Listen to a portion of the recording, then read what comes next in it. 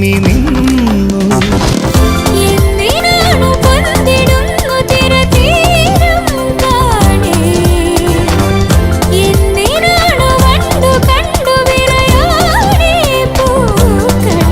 പറയൂ മനമേ, ചൊരിയൂ മധുരം പ്രിയതേ, എന്റെ ഹൃദയതാളം മുറുകിയോ,